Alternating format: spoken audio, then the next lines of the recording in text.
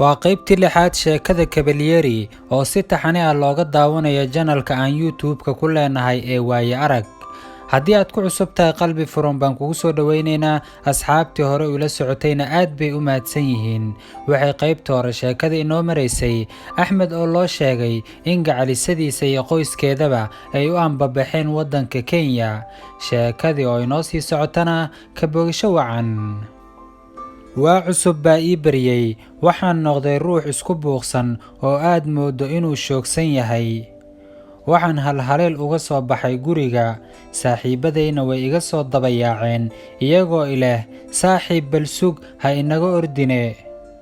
waxaan indhaha soo kala qaaday aniga oo sariirta hooyo jiifo oo ay hooyanay ag fadhiso. waxaan weydiiyey waxa igu dhacay iyo goorta halkan la i keenay. waxay igu tiri, hadalka badan iska daaye hoo kaniiniyaashan cab. saacado kadib markii aan roonaaday ayaa waxaa i soo wacay Maxamed oo igu yidhi, saaxiib waa sidee caafimaadkaaga? waxaan ku dhahay, war waan wanaagsanahee maxaa igu dhacay? wuxuu ii sheegay sida ay wax ii soo gaareen iyo inuu gaari jug i siiyey. dawadu waxay bogsiisay jirkayga, laakiin awood maysan u lahayn inay qalbigayga bogsiiso. waayuhu kala daran, habeen iyo maalin isku mid bay ii noqdeen. fikirkuna wuxuu ii ahaa wehelka keliya ee aan i cidlayn. waxaan isku dayaa inaan ismoogaysiiyo xanuunka qalbigayga hayo, laakiin ma awoodo inaan ismoogaysiiyo ilinta dhabanahayga ka da'aysa sidii dayr curdan ah. gabay iyo geeraar midna ma aqaan, laakiin afkaygu waxaa halqabsi u ahaa ama u halhays ahaa sida tan. dawo uma helaya dareenkan qalbigayga daashaday. duunyo luntaan maqli jiree dadkuna miyuu kala lumaa? dartaabaa kelinimo u doortoo dadka kaga takoormee. duruus aanan dhigan iyo durbaan baad ii tuntee. dantii duyuuradda ku saartay wallee darxumo maxay i badday. waxaan niyaddayda ku qanciyey inaan ku sabro wax kastoo qadar ku dhacay, oo aan isheli doonno haddii uu calafku mid yahay. waxaan xaqiiqsaday in wax kasto qadar yihiin. tanina waxay ahayd oraah dhab ah oo qalbigayga dejisay, sababtoo ah xaqiiqadu waa biyo kama dhibcaan oo ma laha meel loo dhaafo.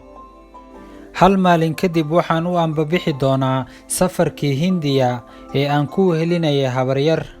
waxaa fursad ii ah inaan tegi doono dalka labaad ee dunida ugu dadka badan. waxaana ku hami weynahay inay murugada halka aan ku soo iloobi doono oo aan ka soo qaadan doono waayo aragnimo. ana ku soo arki doono waxyaabo cusub, hadday ahaan lahayd diimo kala duwan, goobo taariikhi ah, dhaqamo kala duwan iyo cunnooyin kala cayn ahba.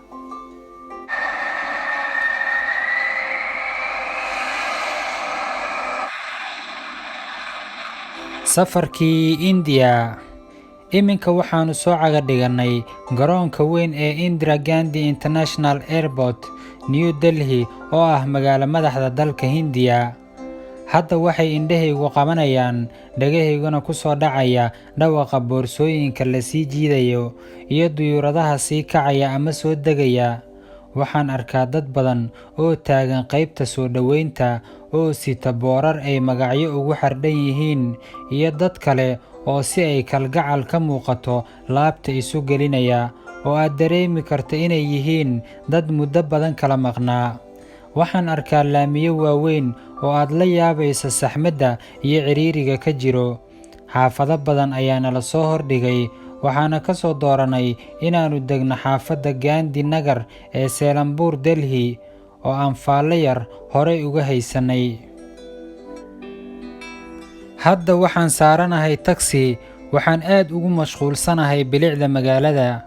in badan waxaan maqli jiray Hindidu inay yihiin dad sabool ah, laakiin iminka xaqiiqada taa waa ay iga duwan tahay.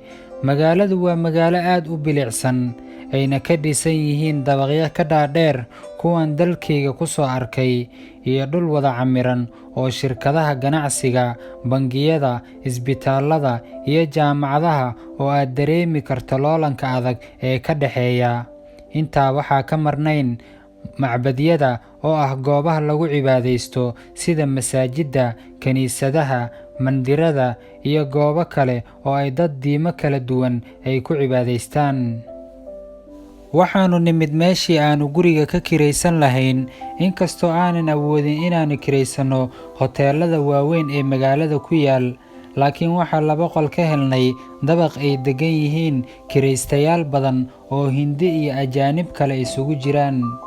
2 maalin kadib oo aan ka nasanay daalkii ina hayay, ayaannu u soo kaba xirannay dantii aannu u nimid halkan.